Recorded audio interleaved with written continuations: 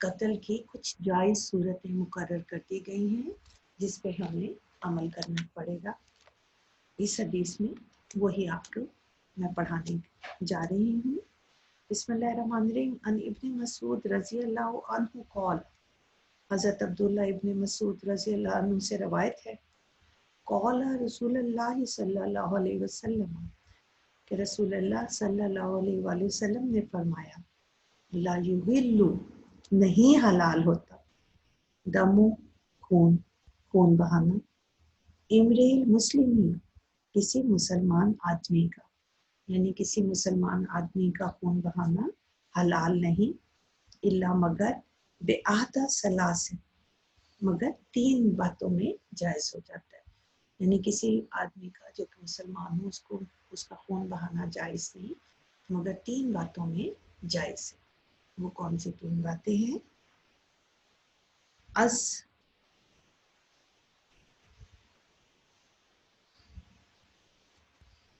السیب الزانی, شادی شدہ زانی.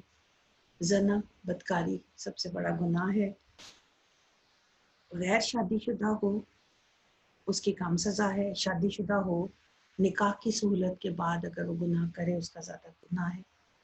والنفس, اور جان, والنفس, اور کسی آدمی کو اگر قتل کر دیا جائے تو جو قتل کرے گا اس کو بھی مار دیا جائے گا. والتارک لدینہ, اپنے دین کو چھوڑنے والا, یعنی اسلام کے دین کو چھوڑنے والا. المفارق للجماعت, اور اپنی جماعت سے جدا ہونے والا, مسلمانوں کے گروہ سے جدا ہونے والا, مسلمانوں سے غداری کرنے والا. رواہ البخاری والمسلم, امام بخاری اور امام مسلم نے اس کو روایت کیا ہے. یعنی حضرت عبداللہ ابن مسعود رضی اللہ تعالیٰ عنہ سے روایت ہے, انہوں نے کہا رسول اللہ صلی اللہ علیہ وآلہ وسلم نے فرمایا, کسی مسلمان آدمی کا خون بہانا حلال نہیں مگر 3 وجوہات میں سے ایک کی بنا پر خون بہایا جا سکتا ہے. وہ کون سی 3 چیزیں ہیں؟ شادی شدہ زانی, جان کے بدلے جان, دین اسلام کو چھوڑنے والا, اپنی جماعت سے جدا ہونے والا, غداری کرنے والا. لا یحل, حلال نہیں ہے, شادی شدہ زانی, دین کو چھوڑنے والا اور جماعت کو چھوڑنے والا.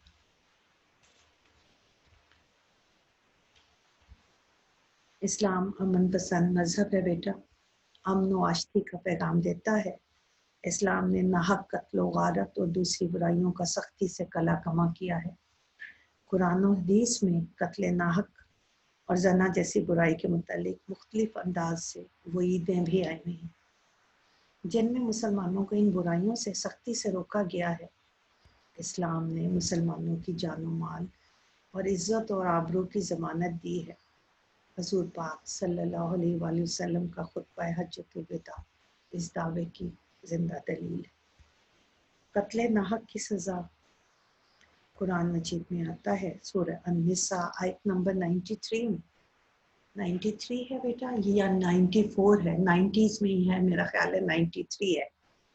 اور جس نے کسی مومن کو اپنے ارادے سے قتل کیا تو اس کی سزا دوزخ ہے جس میں وہ ہمیشہ رہے گا, اور اس پر اللہ تعالیٰ کا غضب نازل ہو اور اللہ تعالیٰ نے اس پر لعنت کی ہے.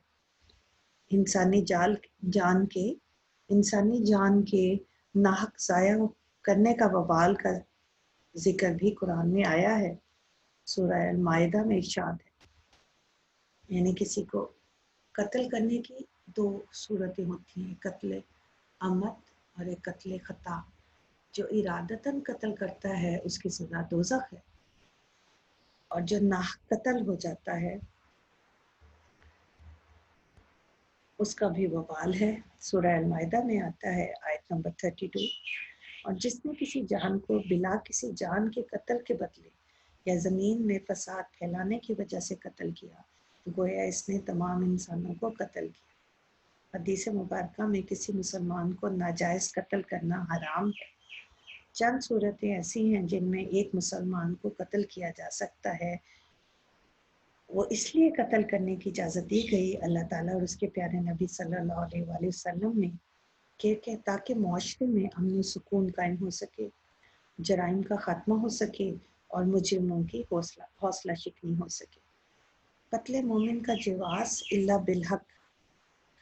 زیر مطالعہ حدیث جو میں آپ کے سامنے پڑھ رہی ہوں بیٹا تشریح کر رہی ہوں، اس میں بتایا گیا ہے کہ چند جرم ایسے ہیں جن کی بنیاد پر ایک مسلمان کو قتل کیا جائے گا۔ یہ ایسے جرائم ہیں جو اسلام کی کھلم کھلا مخالفت اور بغاوت تصور کی جاتی ہیں، جس سے معاشرے میں بدامنی، خوف و ہراس، جھگڑے، فساد کے برپا ہونے کا خطرہ ہوتا ہے۔ ایسے حالات میں ان مجرموں کو قتل کرنے کا حق حکومت کو اس وقت دیا گیا ہے۔ یہ 3 جرائم اور گناہ درج ذیل ہیں۔ شادی شدہ زانی نمبر 1۔ مسلمانوں کے قتل کا پہلا جواز یہ ہے کہ کوئی مسلمان شادی شدہ ہونے کے باوجود زنا کا مرتکب ہو تو اس پر حد جاری کی جائے گی، اور وہ حد یہ ہے کہ اسے سنسار کر دیا جائے گا، پتھر مار مار کے رجم کر دیا جائے گا اس وقت تک جب تک کہ وہ مر بھی نہ جائے، اور اس کو یہ سنساری پتھر مارنے کی سزا سب لوگوں کے سامنے دی جائے گی کہ دیکھنے والے عبرت حاصل کریں۔ زنا ایک انتہائی برا مذموم جرم ہے۔ کسی کی عزت کو برباد کرنا، اس کی ساری زندگی کو تباہ کرنا ہوتا ہے۔ اس کے علاوہ یہ غیرت کے تقاضوں کے منافی ہے۔ اسلام ایک پاکیزہ مذہب ہے، پاکیزہ معاشرہ تشکیل دیتا ہے۔ اسلام نے عفت و عصمت اور حیا کا درس دیا ہے۔ جو شخص اس کو توڑے، اسلام نے اس کی سزا یہی قتل رکھتی ہے، کیونکہ یہ فعل اسلام کے بنیادی احکام کی خلاف ورزی ہے۔ قرآن کہتا ہے زنا کے قریب نہ جاؤ، بے شک یہ بے حیائی کا کام ہے۔ قرآن مجید میں سورہ نور کی آیت نمبر 2 میں اس کی سزا بھی بتا دی ہے کہ زانی مرد اور زانی عورت کو 100 کوڑے مارو۔ یہ جو سزا ہے یہ غیر شادی شدہ کے لیے ہے، یعنی جو بدکاری کرتے ہیں مرد اور عورتیں اگر غیر شادی شدہ ہیں تو انہیں 100 کوڑے مارو، 100 مرد کو 100 عورت کو۔ اگر لیکن زنا کرنے والا اگر شادی شدہ ہے تو پھر اسے رجم سنسار کر دو، پتھر مار مار کے ہلاک کر دو یہاں تک کہ وہ جان سے اس کی نکل جائے۔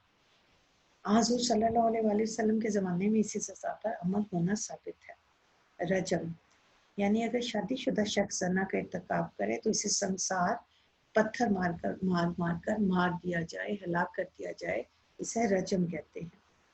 قاتل کی سزا قتل ہے، النفس بالنفس۔ دوسرا جواز قتل کرنے کا بدلہ قتل کے بدلے قتل ہے۔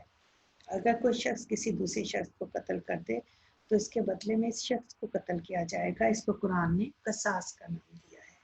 قرآن مجید میں آتا ہے اور تمہارے لیے قصاص میں زندگی کا سامان ہے اے عقل مندو، سورہ بقرہ آیت نمبر 179۔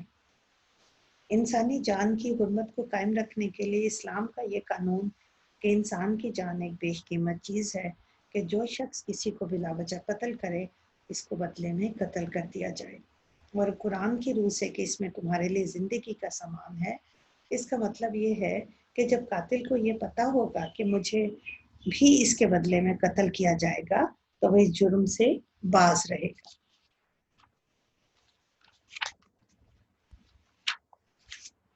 معاشرے میں قتل و غارت گری کے جذبات ختم ہوں گے، امن و سکون پیدا ہوگا۔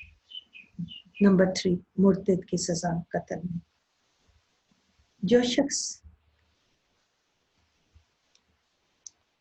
کسی دوسرے کو ناحق قتل کر دے گا اسے مار دیا جائے گا۔ جو شخص بدکاری کرے گا اسے مارنا جائز ہے۔ تیسری صورت یہ ہے کسی شخص کے قتل کرنے کی کہ وہ دین اسلام سے منحرف ہو جائے، کسی اور مذہب کو اختیار کرے تو اسے بھی قتل کیا جائے گا۔ اس کی صورت یہ ہے کہ پہلے 3 دن قید میں رکھا جائے گا، سمجھانے کی کوشش کی جائے گی کہ لوٹ آئے۔ اگر وہ اپنے عمل سے باز نہیں آئے گا تو اس کو قتل کر دیا جائے گا۔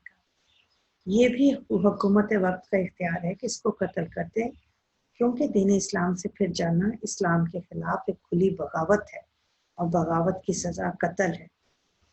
اس حدیث میں قتل کی 3 صورتیں جائز قرار دی گئی ہیں، اور ان 3 صورتوں میں سے جو صورت پیش آئے تب کسی مسلمان کو قتل کیا جائے گا۔ اس کے علاوہ ہر مسلمان کو جو معصوم ہے اس کا قتل کرنا حرام ہے۔